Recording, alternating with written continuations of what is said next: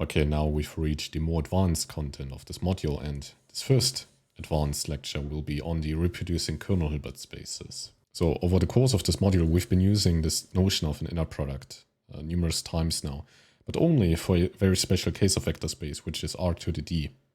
Now let's define inner products for general vector spaces, because later we will see that we'll be dealing with infinite dimensional vector spaces. In that case, it's useful to have a more general notion of an inner product. So let's start with the requirements of this definition. V be a vector space over some field K. And usually K is either the real numbers or the complex numbers.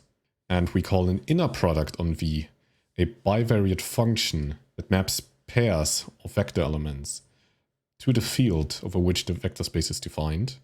And this inner product must satisfy three properties. So the first one is called linearity. And here we have three vectors, x1, x2, and y, and two scalars, lambda and mu. And we have that this equality holds. So in this first argument of this inner product, we scale two vectors, x1 and x2, by the scalars lambda and mu, and we add those two vectors. And the second argument is just y. Then we require our inner product to satisfy this equality. So this expression should be the scaled inner product of the first vector x1 and y, scaled by the scalar lambda, plus the scaled inner product of x2 and y, scaled by the scalar mu.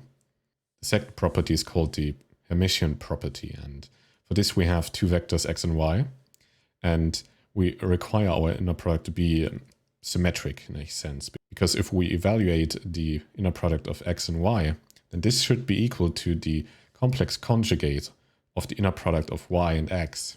And if this field K, over which we define the vector space, happens to be the reals, then we have that this Hermitian property reduces to standard symmetry.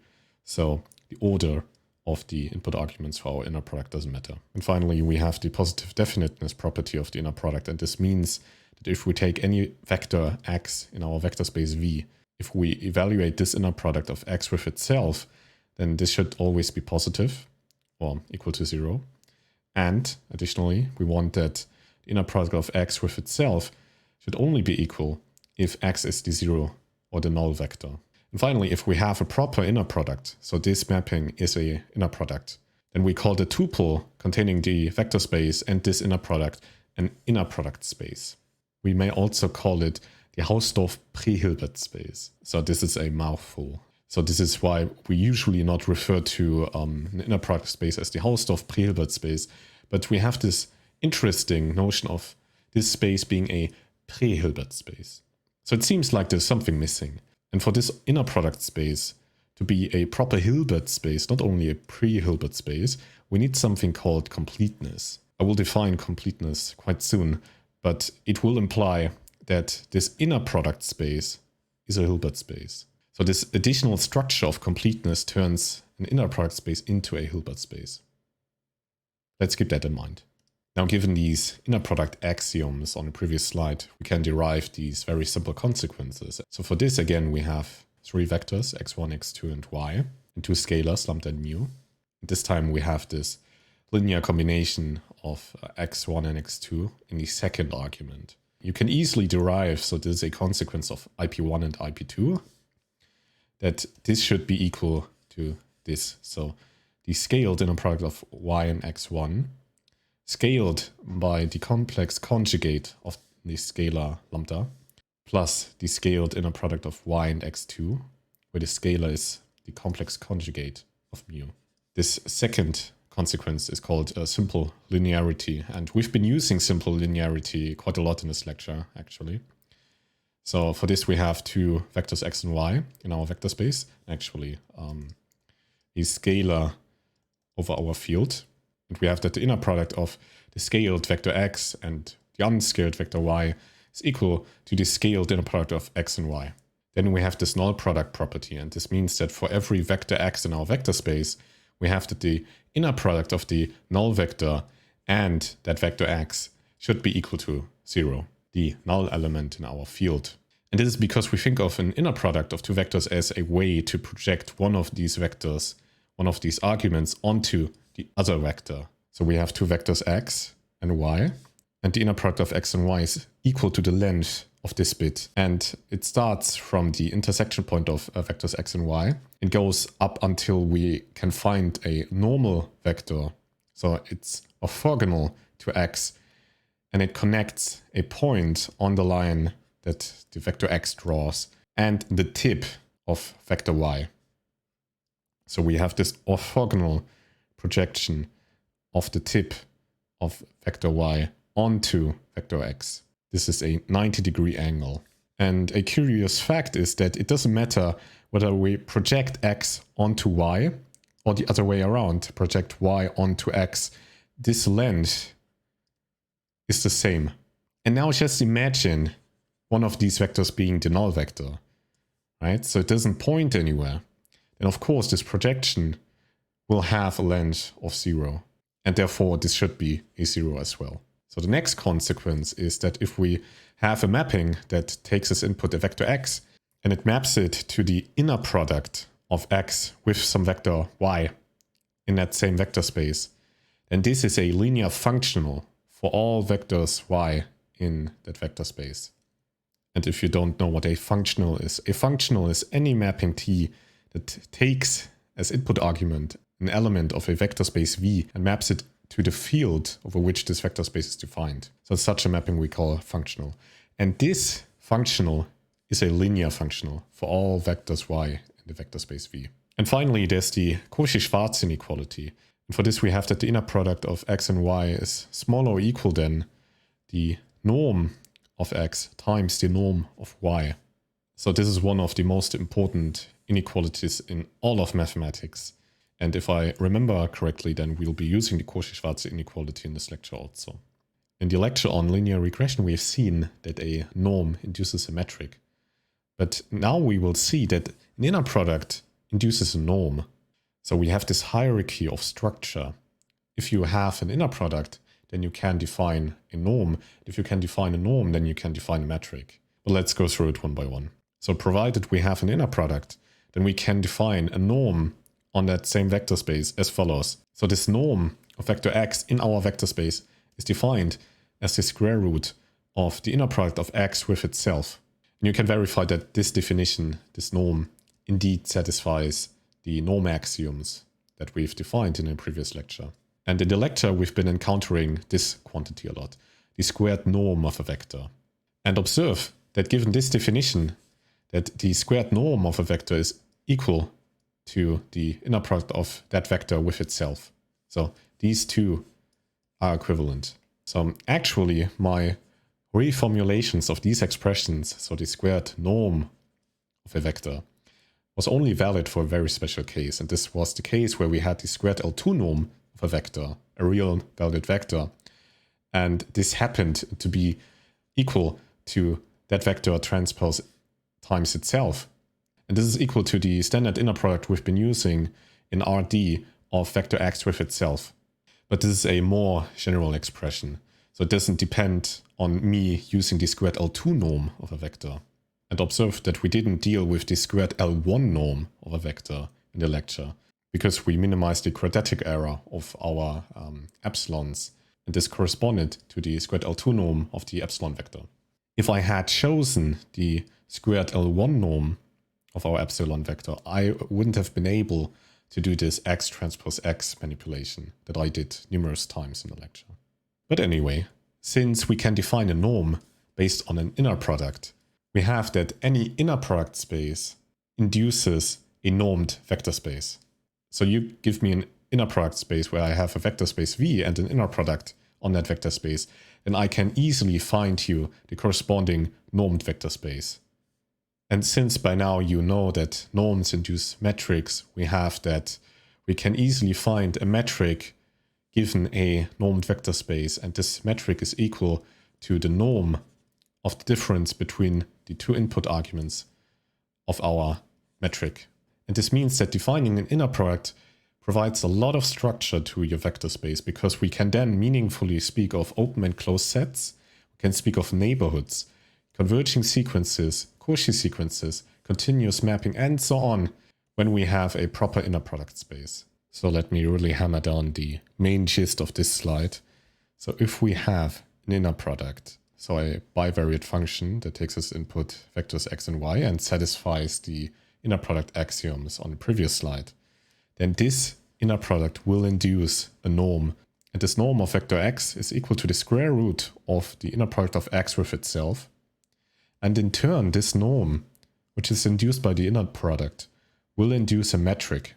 And this metric, this distance between x and y, is equal to the norm of the vector x minus y. And since this norm is induced by this inner product, we can find an equivalent formulation of this distance metric as follows. So the distance between x and y is equal to the square root of the inner product of vector x minus y with itself, x minus y. So again, we have this hierarchical structure where the inner product produces a lot of structure by implicitly defining a norm as well as a metric. So I already gave you a teaser about Hilbert spaces, but let's define it formally now. So suppose we have an inner product space H, and H is our shorthand notation for this tuple containing the vector space and the inner product. Then we call H a Hilbert space if and only if it is complete, which I told you before. But what does completeness mean? Completeness means that every Cauchy sequence converges to a limit within H for the metric induced by the inner product. Right? So recall that given an inner product, we can define a norm, and given this norm, we can define a metric. And if the limits of every possible Cauchy sequences live within the inner product space H, then we call H complete. But what is a Cauchy sequence? Here's a reminder. So we have this metric space containing of a set M and a distance metric. And then we may construct this series of points in M.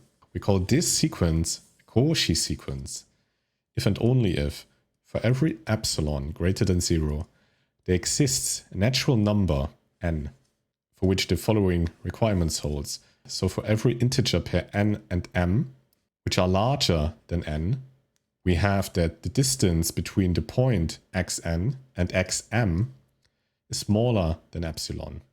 So intuitively, this means that the distance between 2 points in this sequence gets smaller and smaller. Additionally, we say that a series converges to an element x in M if and only if we have that for every epsilon greater than 0, there exists a natural number n for which the following property holds. So for every lowercase n that is larger or equal than the capital N, we have that the distance between the point xn and that limiting point x is smaller than epsilon. So I know that these definitions are a little unintuitive, so let me draw a picture of what the intuition behind Cauchy sequences is. So we have this sequence of points. Every red dot corresponds to a point in our set M. So here's x1, here's x2.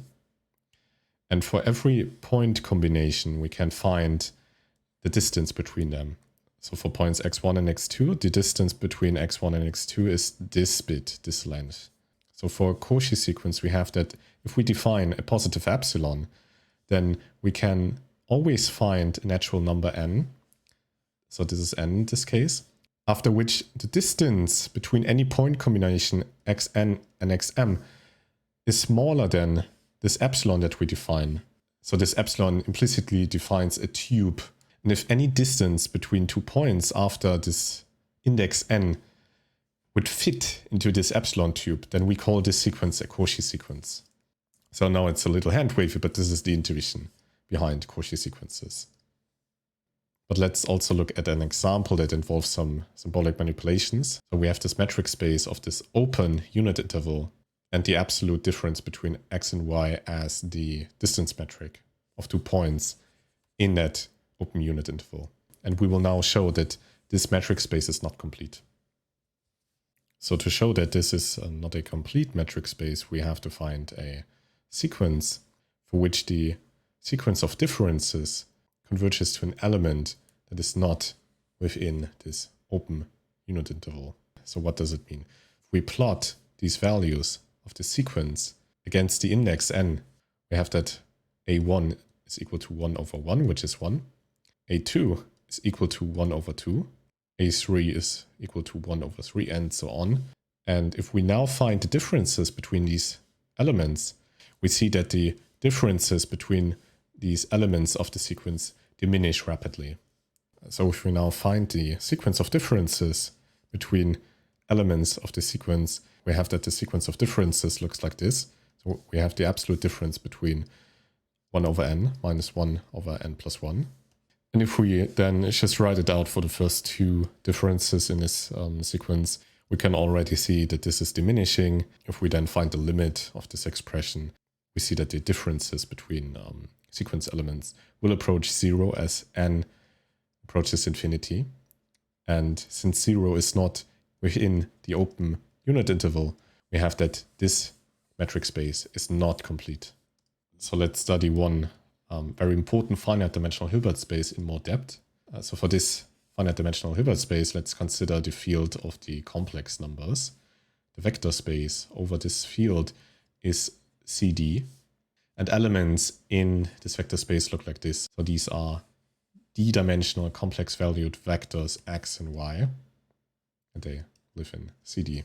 So for this vector space CD, let's define an inner product of vectors x and y as follows. We sum up the product of xd and the complex conjugate of yd for all capital D dimensions.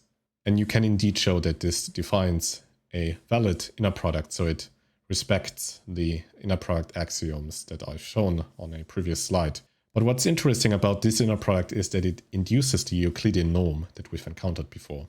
So in order to see that this inner product indeed induces the Euclidean norm that we've encountered before, let's have a look at this expression, the inner product of x with itself. So if we just apply the definition from above, we have that this is the sum over d terms of the individual vector entries xd times the complex conjugate of that same entry. And these are complex components, so we can write them as such.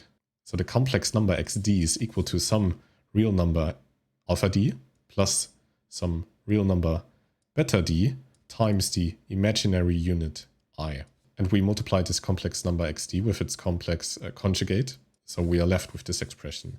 The sum over components of alpha d plus beta d times I times the complex conjugate of alpha d plus beta d times I. And the conjugate of this complex number is just changing this sign into a minus. And we are thus left with this expression. And then we just multiply out these terms. And we see that we arrive at this expression. And we recognize that these two terms cancel each other out. So we are only left with the sum over components of alpha d squared minus beta d times I to the squared. Now we apply this square to each of these two terms in the bracket. And we are left with the sum over components of alpha d squared minus I to the squared, which is equal to minus 1, since this is the imaginary unit, times beta d squared. And this minus 1 turns this negative into a positive, and we are left with the sum over components of ad squared plus bd squared. And then we recognize that the absolute value of a complex number is defined as follows. So it's the absolute value of this decomposition where we have this real part alpha and this imaginary part beta times I. In looking at this decomposition, we consider a complex number as a two-dimensional real vector. Essentially, the magnitude of such an object is defined to be the Euclidean norm of a two-dimensional vector. So we have alpha squared plus beta squared, and we take the square root of that. So given this definition, we recognize that with this expression we have that we add up all the squares of absolute values of complex entries in X. And this almost looks like the Euclidean norm. We only need the square root. And let's just add it. So the square root of the inner product of X with itself, given this inner product, is equal to the Euclidean or the L2 norm of X. So we see that the L2 norm is a natural notion of a norm, given this very natural inner product that we define over this finite dimensional vector space. And as a final note for this slide, and I'm not going to prove it, we have that this metric space CD endowed with this distance metric induced by the L2 norm is complete. And therefore we have a Hilbert space. So now that we've studied C to the D as an example of a finite-dimensional Hilbert space, let's have a look at two examples of infinite-dimensional Hilbert spaces. And these two examples are what's called R infinity and the real polynomials. So let's start with R infinity. So the definition of R infinity is really analogous to what we have for our finite-dimensional Hilbert spaces Rd. Elements of R infinity are essentially vectors, real vectors with infinitely many entries. And the most obvious canonical basis for R infinity is the set containing the infinitely many sequences where all entries are 0 apart from 1, which is 1 at the end position, where n is a natural number. So you have infinitely many of these basis sequences. And this means that this basis indeed spans this vector space R infinity. And an equivalent formulation to this basis spanning this vector space is that every vector in this vector space can be written as a countable sum of coefficients, real coefficients, times basis sequences in this basis. So we have this vector space R infinity. Let's define a natural notion of an inner product on this space. And we define this inner product of sequences x and y in this vector space R infinity to be equal to what we've encountered before as a natural notion for an inner product on a space of similar structure. So it's the sum of products of infinitely many entries in x and infinitely many entries in y. And this should look familiar to you because it's the natural extension to what we have as an inner product for the finite dimensional case, where we count up to n elements in our vectors. Here we have countably infinitely many entries in our vectors. And given this inner product, we can define a norm on that space R infinity. And this is equal to the square root of that inner product of x with itself. And if we then insert the definition that we have for this inner product, we have that this is equal to the square root of the sum of squared entries in our infinitely large vectors x. And since we now have a norm, we can define a distance metric between elements in this vector space. And this is equal to the norm in that space of the difference between x and y. And if we evaluate this, this is equal to the square root of the sum of squared differences between these vector entries, infinitely many vector entries. So this was our first example of an infinite dimensional Hilbert space. The second example we have is this P infinity of the reals, and this is the set of all real polynomials. So it's not all the polynomials up to degree n, it's all the polynomials. And this is because we have this infinite sum of real coefficients, an, times x to the power of n. So for this first term in this sum, we have x to the power of 0, which is 1. So we have this first real coefficient, which is then like the intercept of our polynomial. And we add up infinitely many of these polynomial terms. Of course, after some n, it could be that all of these coefficients could be 0. In that case, we have like a finite polynomial. But this set includes all real polynomials. And recall from our lecture about linear regression, this is actually a really interesting space for us. Because in polynomial regression, our hypothesis space is a subspace of this polynomial space. It's a subspace because we realistically can only consider polynomials up to degree n.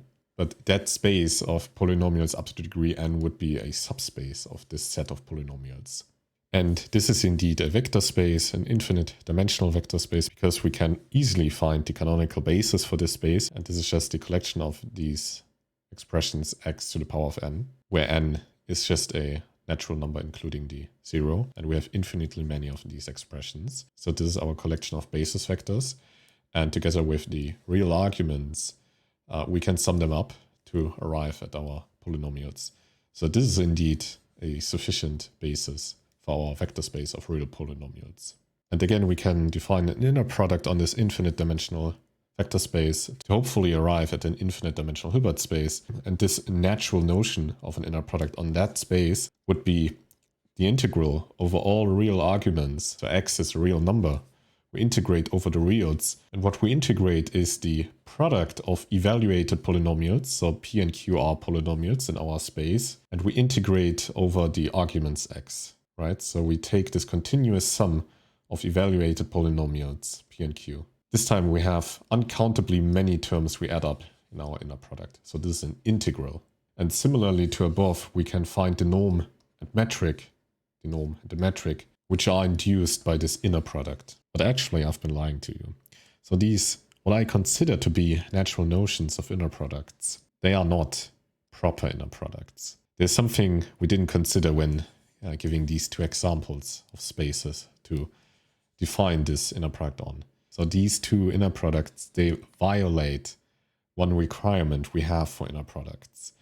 And I think it's a good exercise for you to find out which requirement is not satisfied. So on the next few slides, we will consider another example of an infinite dimensional Hilbert space. And maybe the ideas that I'm going to present on the next few slides will serve as a hint as to what is missing with these examples. Now, having gained some intuition behind infinite dimensional vector spaces, let's see whether we can find an inner product for these spaces. So let's consider a vector space of complex valued functions with real arguments. So these functions have the following shape. They map from the reals, they have one real argument, to the complex numbers. This real argument x will be mapped to a sum of terms. So this first expression is a real valued function of x. And we will add an evaluated second real valued function of x times the imaginary unit. So this will yield a complex number, provided a real valued input. And now let's define the following inner product. So the inner product between two functions psi and phi be defined as follows. So it's the integral over all reals. Again, the input is a real number, so we take the integral over all possible real numbers of the complex conjugate of psi times phi, and we have some measure mu that allows us to integrate over this domain. Just as a hand-wavy explanation of why this is a plausible inner product, we can approximate this roughly by considering these functions psi and phi as vectors with n elements, and then let n approach infinity. So these vectors containing n elements become these continuous functions. Now let's consider the inner product of two finite-dimensional complex valued vectors. And this would be just the sum of the product of the individual components, where the first term in the product is the complex conjugate of that particular entry. So this bit is analogous to what we had with the inner product of finite-dimensional objects. We now just multiply this delta x term, and this is the range of the integral, so the length of that integral, divided by n, the number of components in our vectors, to account for the fact that we could have arbitrarily many of these terms in our summation, and it would just get bigger and bigger. And essentially, this is just a Riemann integral. So this is a plausible inner product, I would say, for two functions, complex valued functions. But now observe that this is not really a proper inner product if we don't constrain the choice of functions, because we can construct evaluations of this inner product that will not map to the real numbers. So let's consider this example. We have two functions, so the exponential of x and the exponential of 2x. And given this definition, this inner product is the integral over the reals of the product of these two functions. And this will just be the exponential of 3x. And this will approach infinity. And infinity does not live in the reals. So this is, unfortunately, not an inner product. And since this is not a proper inner product on this unconstrained vector space, we have that this will not be an inner product space or pre-Hilbert space. And since it's not a pre-Hilbert space, it will not be a Hilbert space. So we have to do something about that. We need to tweak something. And the solution lies in restricting the vector space we're considering. So we'll now only consider this space. So it looks complicated, I know. So it's the space of square integrable functions with respect to some measure mu. All right, so let's have a look. We call this space the L squared space of functions with real arguments. We need some sigma algebra. So the default sigma algebra for the reals is the Borel sigma algebra, and some measure So this is a measure space. And we define this space to be the space of functions that map from the reals to the complex numbers, for which this expression is finite, of the squared absolute values of that function with respect to some measure mu, and then taking the square root of that expression. This should be finite. And we observe that this expression looks like the continuous variant of the L2 norm, right? Because we take this continuous sum, so the integral of squared vector entries, so the function evaluations with respect to some measure mu. And then we take the square root of that. And this is why we define this expression to be the L2 norm of a function phi. So if we only consider the space of functions for which the L2 norm is finite, then we end up with a valid infinite dimensional Hilbert space, given the inner product on the previous slide. So to see this, let's recall this definition of the inner product on the previous slide. So the inner product of two functions psi and phi is defined as the integral over the reals of the complex conjugate of psi times the evaluation of phi with respect to some measure mu. Now, if we only consider functions in that space of square integrable functions, then we have that the L2 norms of psi and phi respectively are finite. So this is the L2 norm of psi and this is the L2 norm of phi. Then by Cauchy-Schwarz we have that the inner product between psi and phi is smaller or equal than the product of the L2 norms of these two functions. And since both of them are finite, because these two functions live in the space of square integrable functions, we have that this inner product also must be finite. And with that we have solved our problem of this inner product not being a proper inner product, because now it maps only to the reals. And you can also show that this space is complete. We will not do it. It's a little more involved than what I want to show in this lecture. But this will serve as our prime example of an infinite dimensional Hilbert space. So in the previous lecture on the kernel trick, we had like this soft definition of a kernel function, where it just replaces the inner product of two feature mapped observations. But let's have a more formal, a more rigorous definition for kernels. So a bivariate function k that takes as input two elements of the input space X and maps to the reals is called a kernel. If and only if it is symmetric and there exists a Hilbert space H and a map phi that maps from the input space to that Hilbert space, such that the equality we've been abusing in the kernel trick is true. So the evaluated kernel for the inputs u and v is equal to the inner product in that Hilbert space H of the feature mapped observations u and v. Note, X does not have to be a vector space.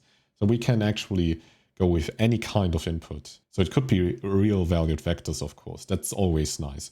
But we can also have graphs, we can have images, we can have grids, any kind of geometric structure, or anything else really, as long as you can represent it numerically. This kernel formalism doesn't break with the input space. This is really nice. And also recall Mercer's theorem from the last lecture. And the simplified version of Mercer's theorem that I gave you stated that there exists an embedding phi if k is symmetric and positive definite. These were the two requirements we had for this bivariate function. And in the following, so this will be a number of slides actually, leading to this conclusion, we can construct a Hilbert space H for which this mapping phi exists, provided k is symmetric and positive definite. And to arrive at this conclusion, we have to introduce some notation. So bear with me. Let's define this function phi k.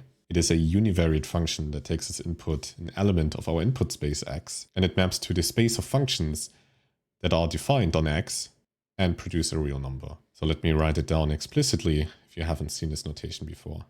So it's a set of functions that map from the input space to the reals. This is the shorthand notation for this function space. And what this mapping does is it takes an observation u from the input space X, and it maps that observation obviously to phi ku. But phi ku is defined as ku. And what is ku? Ku is the partial evaluation of our kernel function. So this might look weird. What is it actually? Remember, k is a bivariate function. You have two input arguments. What you do in this case is you have one observation which you input partially into the kernel function, and this turns the kernel function into a univariate function because you keep the first argument or the second one, it doesn't matter, it's symmetric. But you keep one of those arguments constant. And you denote this information that there's a constant argument in your bivariate function as such. You just write down this constant vector u as a subscript. And this is the output of our mapping phi k. So phi k takes as input this observation u and will produce a function as output, a univariate function. And this univariate function is the partial evaluation of the kernel. So when I first learned about this, I needed some time to digest it. So if you already got it, it's fine, we can proceed, but really take a moment to appreciate this. So the second bullet point just reviews what I said. So we have this function phi k, and it maps into this function space. But the resulting function, the partial evaluation of the kernel, that is the result of evaluating this mapping phi k, this function takes as input an observation from the input space and produces the evaluated kernel for these two observations, u and v, where u was held constant, so that this is a univariate function, this partial evaluation of the kernel. Okay, so recall that we did not impose any structure on our input space X. So it might be that the cardinality of our input space is finite. And in this case, think about it, we only have a finite number of these functions ku, because we only have finite distinct observations in that input space, and thus we can only create a finite number of these partial evaluations of the kernel function. So let's consider the set of partial evaluations of these functions. Then we would have that this collection of partial evaluations of the kernel function is not a vector space, because in particular linear combinations of these partial evaluations of the kernel functions are not in the collection of KUs. But again, we want to arrive at a Hilbert space where there is an inner product. So if we don't have a vector space, then we can't equip that vector space with an inner product. So there's no hope of arriving at a Hilbert space. But I mean, we can just construct a vector space from these basis functions, the partial evaluations of the kernel function. So let us call this space G, and it's defined as the linear combinations of our partial evaluations of the kernel functions. Right? So we have real coefficients alpha I and our observations ui in X. And by construction, this is a vector space. We don't have to prove this. We build it to be a vector space. And just to illustrate what we just did, so we have this input space X. In this input space, there live observations. So here we have X, Y, and Z. And we map these observations to the function space of functions mapping from X to the reals. This blue space. And in that space, we have partial evaluations of our kernel functions, kx, ky, and kz. And we build this vector space G as a subset of this function space by considering the linear combinations of the partial evaluations of the kernel function. So note that this mapping phi k that takes these observations and maps them into this function space, this is not bijective, because this mapping is not surjective. We don't hit all of these functions in that function space. But we are not interested in that anyway. We are interested in a space G of linear combinations of the partially evaluated kernel functions. So now we have this vector space G. But we want to arrive to a Hilbert space. So what do we have to do? We have to introduce an inner product on that vector space G. So let's define this inner product. So it takes as input two elements of this vector space, and these elements are partial evaluations of the kernel functions, so Ku and Kv. It's an inner product for that vector space G, and recall these partial evaluations look like this. And it's defined as such, surprise, it's the fully evaluated kernel. So this is our definition for that vector space G. But this is just the definition for the basis vectors in our vector space, the partially evaluated kernel functions. But G is the space of linear combinations of those basis functions. So let's have a look at what this inner product looks like for general functions in G. So let's define two such functions, psi and phi. And these are linear combinations of partially evaluated kernel functions. So we have the sum over i's of alpha I times the partially evaluated kernels for observations ui. This is our definition of psi, and the definition of phi is analogous. So we have a sum over indices j of beta j times the partially evaluated kernels for observations vj. Both of these functions live in G. And now we apply the definitions of these two functions and this inner product. We arrive at this expression. So we have the inner product for that space G of these two functions. these linear combinations of partially evaluated kernels. So by linearity of the inner product, we have that we can push out these coefficients alpha I and beta j, and only evaluate the inner product for partially evaluated kernels for observations ui and vj. And by definition, this is the fully evaluated kernel for observations ui and vj. And this is what we have here. So we sum over indices I and j. We have the real coefficients in front of our inner product, and the inner product is this expression. So essentially, our inner product is a linear combination of fully evaluated kernels. So on previous slides, we have seen that even though we have these natural notions of inner products and they seem correct and intuitive, they don't always satisfy all the requirements we have for inner products.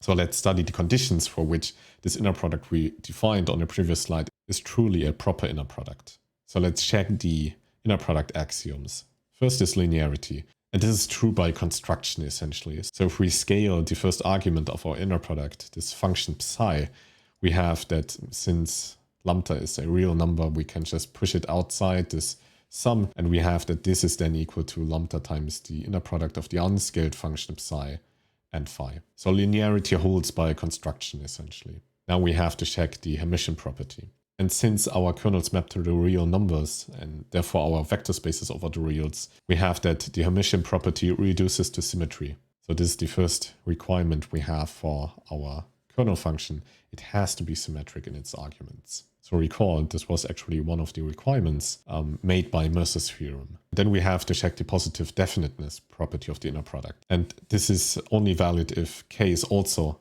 positive definite. And positive definiteness of functions is defined as follows. So for every function phi in our vector space G, we have that the double integral over observations u and v in our input space of that expression is larger or equal than 0. And this expression is the fully evaluated kernel with the observations u and v times the function phi with the input argument u times the function phi with the input argument v. And this expression is just the natural extension to what we have for positive definiteness of matrices.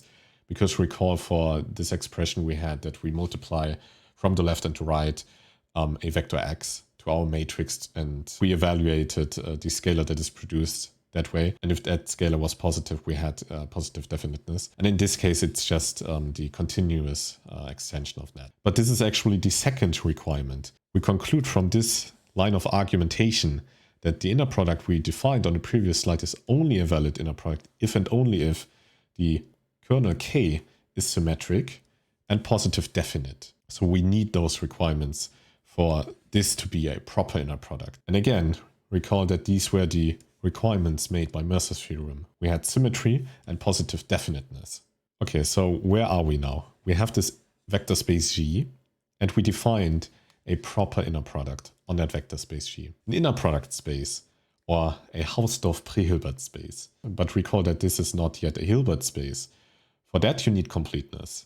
Let's just turn this inner product space into a Hilbert space by also including all limits of Cauchy sequences. And such a space is then called the topological completion G bar. Let's not go too much into detail, and let's just appreciate the fact that such a space exists. And by construction, we have now arrived at a proper Hilbert space. And now let me repeat this drawing. So this is really the same to what you saw a few slides ago, but also we include these limiting points. This is why this is not a dashed line, but a solid line, because now we have all the elements of Cauchy sequences also in our vector space. Okay, we now have a Hilbert space. That's great. But this is not an ordinary Hilbert space. This is in fact a reproducing kernel Hilbert space. So what is a reproducing kernel Hilbert space? Let H be a Hilbert space of functions phi that live in a function space that map from the input space to the reals.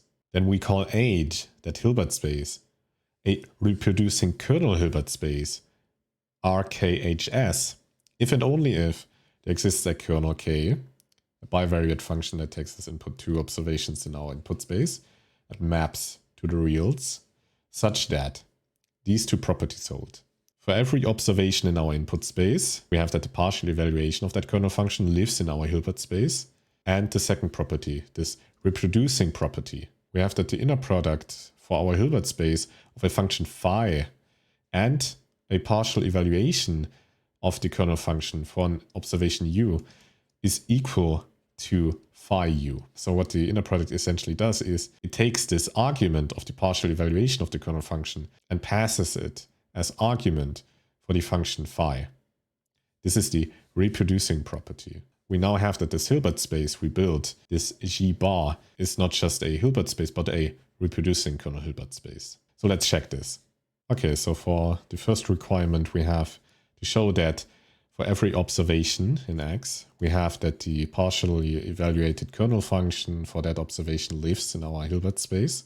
And this is true by construction, because the set of partially evaluated kernel functions is indeed the basis of our vector space G bar.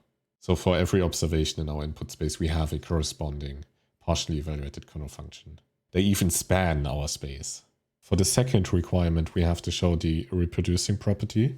And this means that we have to see that the evaluated inner product in that Hilbert space of a function phi and the partially evaluated kernel for the observation u is equal to phi u. So let's see that this is indeed true for our Hilbert space G bar. Let phi be in our Hilbert space G bar. And we have that phi can be written as a linear combination of partially evaluated kernel functions. This is the expression we'll be using in the next few lines.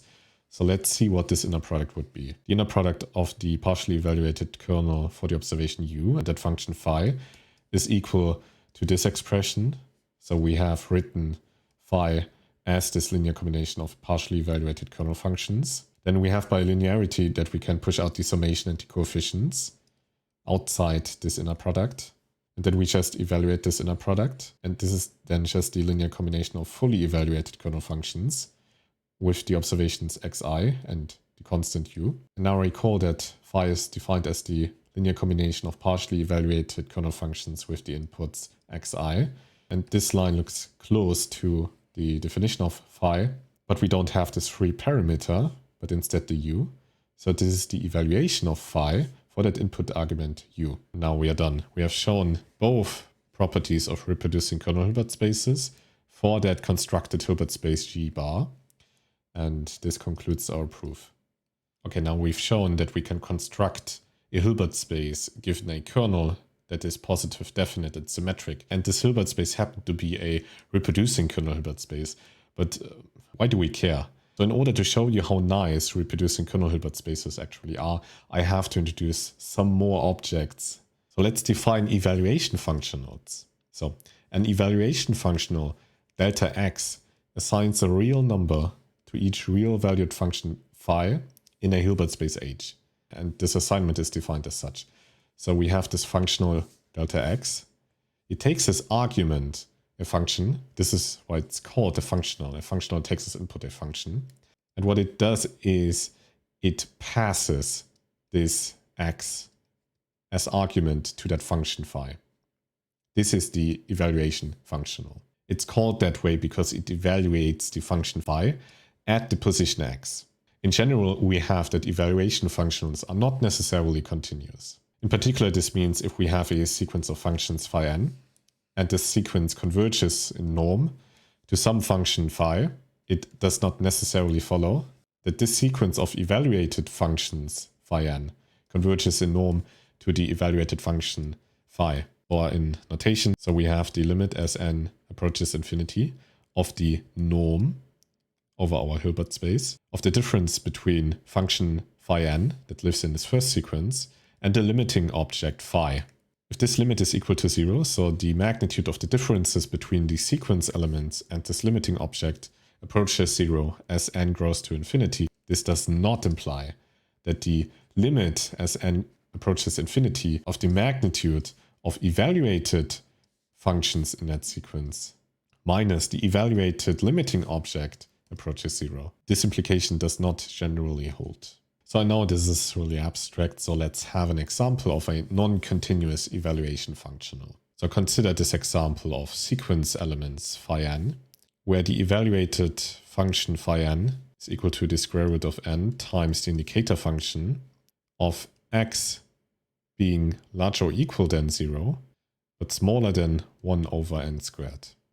Or if you like this branch notation more, then we have that the evaluation of phi n is equal to square root of n if x lives in this interval and 0 otherwise. And for that we have this limiting object phi x being equal to 0. So let's actually plot what this sequence of functions looks like. So for the case that n equals 1, we have that phi 1 looks like this. So phi 1 is equal to the square root of 1, which is equal to 1, only for the interval where x is larger or equal than 0, but smaller than 1 over 1 squared, which is 1. So we have this rectangular shape for that interval. Now if n is equal to 2, we have that phi 2 is equal to the square root of 2, which is larger than the square root of 1, if and only if x is larger or equal than 0, but smaller than 1 over 2 squared, which is 1/4. And we have this higher and narrower rectangular shape for that interval, which is smaller. This is a smaller interval. And we can already see this pattern. So as n approaches infinity, we have that phi n collapses to this point mass, essentially. So I forgot to draw this constant 0 line. So this function is 0 almost everywhere, but there's one spike, and that spike is at the position 0. So if x is equal to 0, then this will be non-zero, but will be 0 everywhere else. And this is the limiting object in that case. Phi x is equal to 0. So now let's study the convergence in norm of this sequence of functions phi n.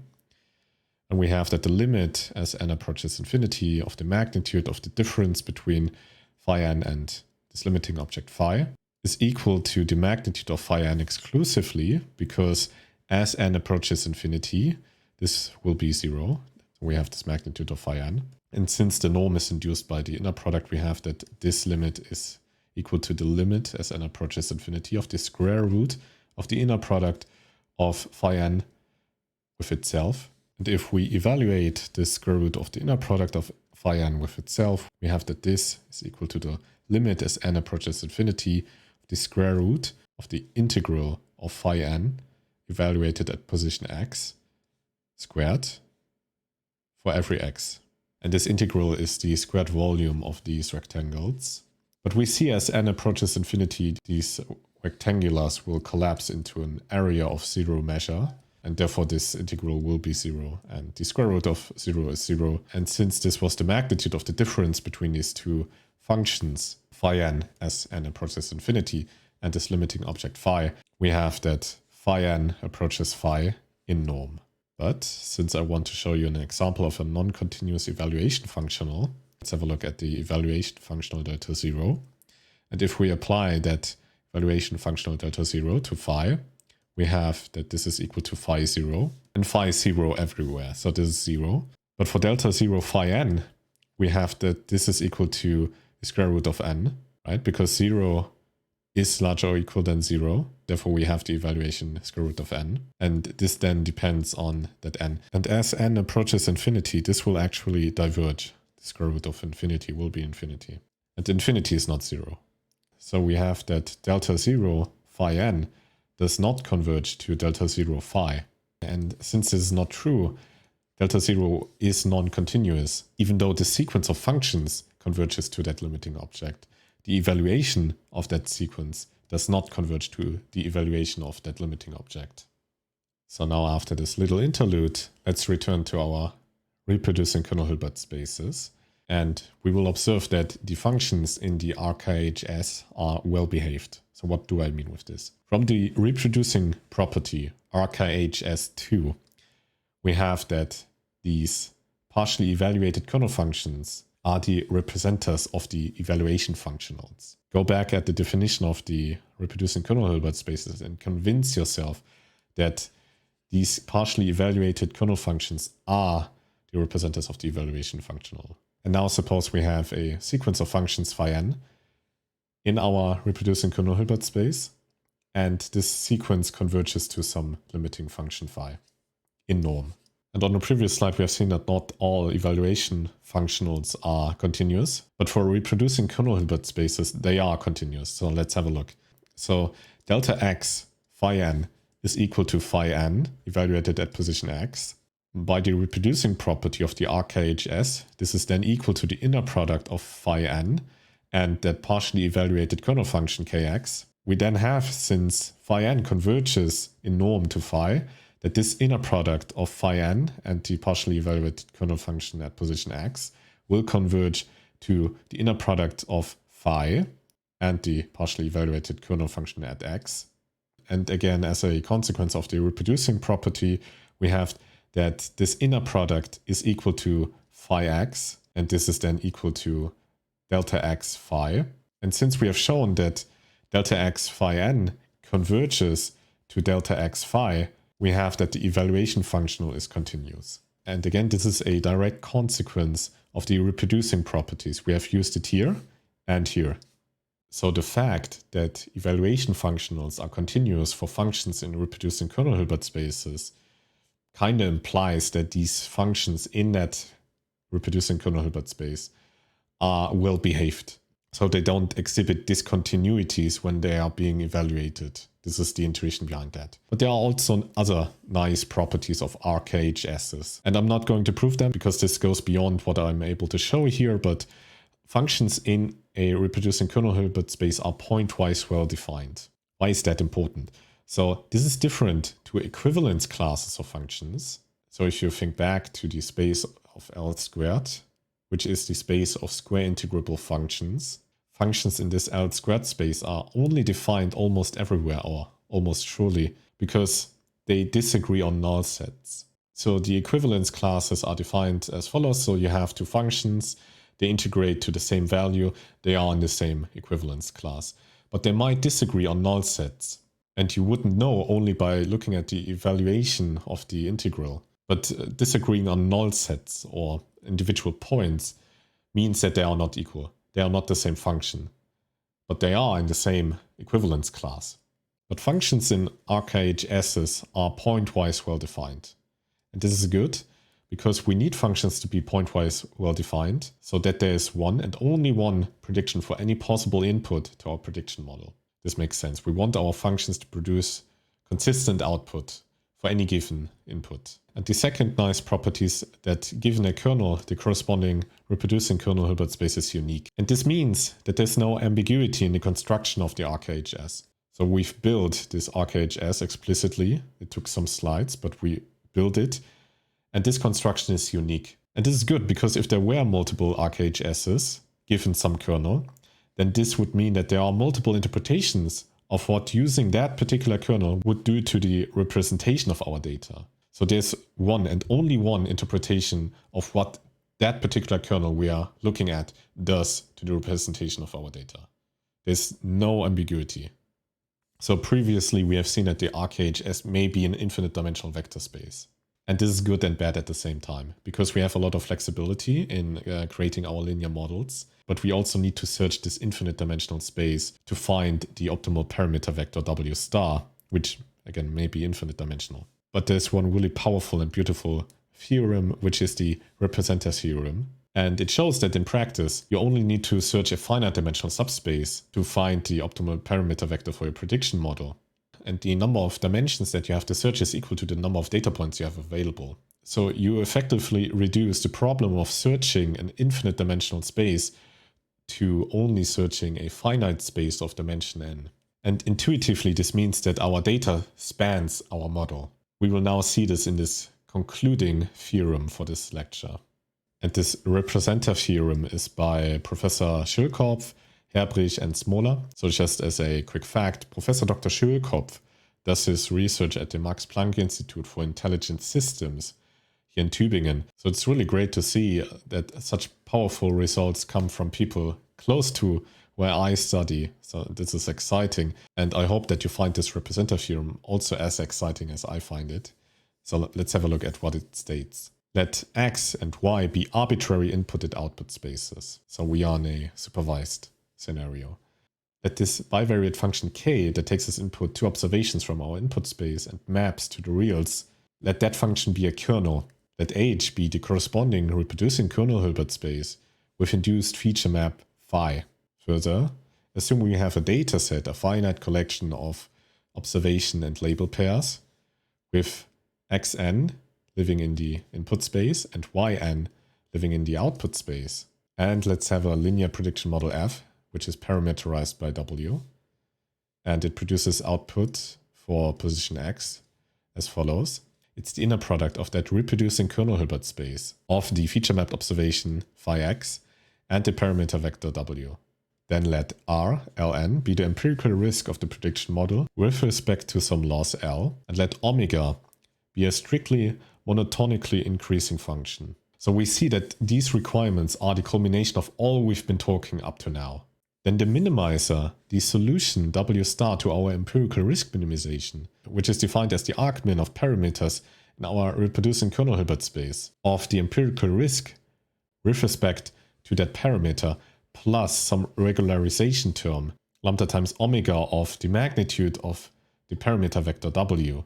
This solution to this empirical risk minimization problem with some regularization term admits a finite representation of the following form. W star is equal to the finite sum over indices of our dataset of scaled, partially evaluated kernel functions. So I recorded the proof to the Representer Theorem, but I noticed that I was a little sloppy with my notation. So let me first clean up my notation on this slide before I then give you the proof to the Representer Theorem. So we have all this set up. And I stated that we're looking for the optimal parameter vector W star, which we are, of course. But given this notation, we are actually looking for the optimal linear model FW, which is parameterized by this W star. And this optimal solution FW star is then a finite linear combination of partially evaluated kernel functions. And there's one free argument because this mapping, this prediction model F, has one free argument, which is the input vector, the observation. And now that I've cleaned up my notation, let's start with the proof of the Representer Theorem. And initially I wanted to give a proof sketch, but let's give you the full proof actually. So first let's start with this mapping phi k. And we define the evaluated phi k for observation U as follows. It's the partially evaluated kernel function k evaluated for the observation U. The second argument is free. And recall from the earlier definition of such partially evaluated kernel functions that these are mappings from the observation space or the input space X to the reals. And since this is a univariate mapping, we can have an input argument. And let's evaluate this for an observation V. So we have phi k evaluated at U. This is a univariate function that takes as input an additional observation V. And this will then be the fully evaluated kernel for observations U and V.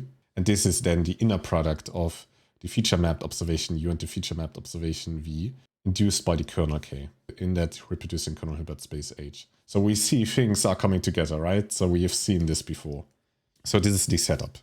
And now we employ a lemma. So this lemma states that we can decompose any vector space into the direct sum of a subspace and the orthogonal complement of that subspace. And for this concrete example, we have that we can decompose this Hilbert space, this reproducing kernel Hilbert space H, which is also a vector space, into the direct sum of this subspace H data and its orthogonal complement, where H data is defined to be the span of partially evaluated kernel functions, partially evaluated for the observations xn we have in our data set. So again, H data is the span of these capital N many partially evaluated kernel functions. And this orthogonal complement of H data is defined as the set of all functions in that reproducing kernel Hilbert space H, for which the inner product of these functions with any function in the span of these partially evaluated kernel functions, so any functions in H data, is 0. So essentially it's the set of functions that are orthogonal to the functions in H data. And as a result of this decomposition, we can write any function f in that reproducing kernel Hilbert space H as a sum of a function coming from the space H data and the orthogonal complement of H data respectively. And since H data is the span of partially evaluated kernel functions, any function f data in that space H data is a finite sum of weighted partially evaluated kernel functions. So if we evaluate any function f in our reproducing kernel Hilbert space H, for an observation xm in our dataset, we have that this is then equal to the inner product of our parameter vector W, which is this expression. So it's the sum of scaled partially evaluated kernel functions, partially evaluated for every observation in our dataset, plus some component from the orthogonal complement of the space spanned by our observations. and the feature mapped observation xm, which is the partially evaluated kernel function for the observation xm. So let's employ linearity of the inner product and push out the sum and the coefficients of the first argument. And since we have a sum in the first argument of our inner product, we can decompose this inner product into the sum of two inner products. And we are left with this expression. So we have the sum of this scaled inner product and this inner product. And this first inner product is scaled by taking the sum over observations and having a real coefficient alpha n in front. And this inner product is actually equal to the fully evaluated kernel for observations xn and xm, as we can see here at the top. So here we have it again. And the second inner product of that sum is the inner product of the component from the orthogonal complement of h data and this partially evaluated kernel function for the observation xm, for which we want to evaluate our function f. And observe, since this element is from the orthogonal complement of h data, and this partially evaluated kernel function lives in h data, we have that this inner product is 0 for every index m we have in our data set. So this term doesn't matter. And this term, the one that is left for making this evaluation, is completely independent of any orthogonal component. And in turn, this means that the evaluation fxm, where xm is a data point we have available, is independent of any orthogonal component. So we don't have to search the space of orthogonal complements. Okay, now we've shown that our predictions are independent of these orthogonal components. What we now need to show is that including them will be penalized. So the optimal solution will not include any such orthogonal terms. So for this we need this little lemma. You can show it yourself, it's not hard. So the norm of the sum of two vectors is equal to the square root of the squared norm of that first component of the sum, plus 2 times this cross term, this inner product of u and v, plus the squared norm of that second component of the sum. And we'll use this lemma shortly. So let's have a look at the regularization term omega of the magnitude of f. This is equal to omega of the magnitude of the sum of these two terms. So this first term is the sum of scaled partially evaluated kernel functions, and the second term is sum orthogonal complement.